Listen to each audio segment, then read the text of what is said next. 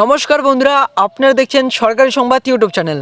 বন্ধুরা, বর্তমানে কিন্তু আমরা যেরকমটা জানি যে আমাদের অভিজিৎ স্যার অর্থাৎ অভিজিৎ গঙ্গোপাধ্যায় তিনি কিন্তু একটা বেসরকারি নিউজ চ্যানেলে একটা ইন্টারভিউ বা সাক্ষাৎকার দিয়েছেন, যার জন্যই তিনি বর্তমানে সুপ্রিম কোর্টের দুর্নীতির কয়েকটি মামলা থেকে সাসপেন্ড করা হয়েছে। হ্যাঁ বন্ধুরা, আজকের এই ভিডিওর মাধ্যমে আমরা এটাই জানতে চলেছি যে আমাদের অভিজিৎ গঙ্গোপাধ্যায় স্যার সেই বেসরকারি নিউজ চ্যানেলে কি এমন বলেছেন যার জন্য তাকে দুর্নীতির কয়েকটি মামলা থেকে তাকে সাসপেন্ড করা হয়েছে। তো আসুন দেরি না করে আমরা দেখে নিচ্ছি যে তিনি সেই বেসরকারি নিউজ চ্যানেলে কি বলেছেন। তার আগে বন্ধুরা, আপনাদের কাছে ছোট্ট একটি অনুরোধ, এরকমই গুরুত্বপূর্ণ খবর প্রতিদিন জানতে কিন্তু অবশ্যই আমাদের চ্যানেলকে সাবস্ক্রাইব করবেন।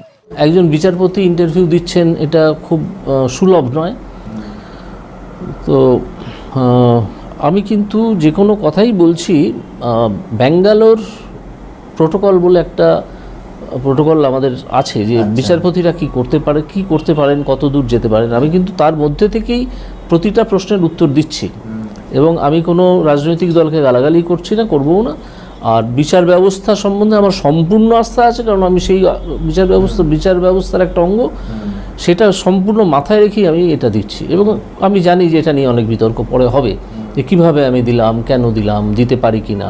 কিন্তু ব্যাঙ্গালোর প্রোটোকলে পরিষ্কার বলা আছে যে একজন বিচারপতিরও বাকস্বাধীনতা আছে, তবে তিনি আইনি আলোচনাতেই থাকবেন, অন্য কোনো আলোচনায় যাবেন না। এই যারা জালিয়াতি করে ঢুকছে এবং ঢুকে বসে আছে এখনও, তারা কি মূল্যবোধ জাগাবে ছাত্রদের মধ্যে? তারা টুকতে সাহায্য করে। যারা দুর্নীতি করে ঢুকেছে, ধরতে পারলেই এবং আমি আশা করি ধরা যাবে, তাদের চাকরি যাবে। তারা যেন নিশ্চিন্তে না থাকে। দেখুন, দুর্নীতি তো জ্ঞান হওয়ার পর থেকেই দেখছি বিভিন্ন রকমের দুর্নীতি, প্রথম কথা। দ্বিতীয় কথা, আমি নিজেও বহুদিন বেকার ছিলাম, ফলে বেকারদের চোখের জল আমি দেখতে পাই। তাদের চোখের জলে রাত্রির বেলা বালিশ ভিজে যাওয়া, সেটাও আমি দেখতে পাই। তো ফলে যখন বিচার করতে বসলাম এবং দেখলাম যে চোখের সামনে একটা অ্যাডমিটেড দুর্নীতি আছে, যে একটা অথরিটি বলছে যে আমরা ভুল করেছি, আর একটা অথরিটি ভুল করেছি এই রেকমেন্ডেশন আমরা দিইনি, আর একটা authority West Bengal board of secondary education, তারা বলছে যে আমরা ওদের রেকমেন্ডেশন অনুযায়ী এই কাজটা করেছি। অর্থাৎ একজন চেয়ারম্যান বলছেন যে আমরা এটা দিইনি, আর কল্যাণময় গাঙ্গুলির অথরিটি, তখন কল্যাণময় গাঙ্গুলি বোর্ডের অ্যাডহক কমিটির চেয়ারম্যান, প্রেসিডেন্ট, তিনি বলছেন ওনাদের অনুমতিতে আমরা দিচ্ছি। দুটো আলাদা আলাদা এফিডেভিট আমার কাছে এলো। এই যে একই জিনিসের দুটো আলাদা ভার্সান, এটা এতই কন্ট্রাডিক্টরি, এতই স্ববিরোধী যে আমি দেখলাম যে এখানে দুর্নীতি আছেই, দুর্নীতি ছাড়া এই ঘটনা হতে পারে না।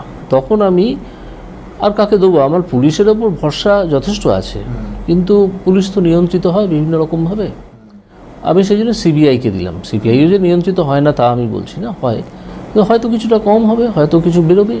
সেই জন্য আমাকে দেখতে হলো যে দুর্নীতির বিরুদ্ধে যেতে হলে আমাকে একটা কোনো কড়া পদক্ষেপ নিতে হবে, কারণ আমি তো এখানে বসে চুপ করে থাকবো না। আমি যখন সিবিআইকে দিয়েছিলাম অনেক আশা নিয়ে দিয়েছিলাম যে সিবিআই হয়তো দ্রুত, আমি কিছু বলেও দিয়েছিলাম যে কীভাবে তদন্তটা করা দরকার, সেই রিপোর্ট হয়তো আমি খুব শিগগিরই পাবো।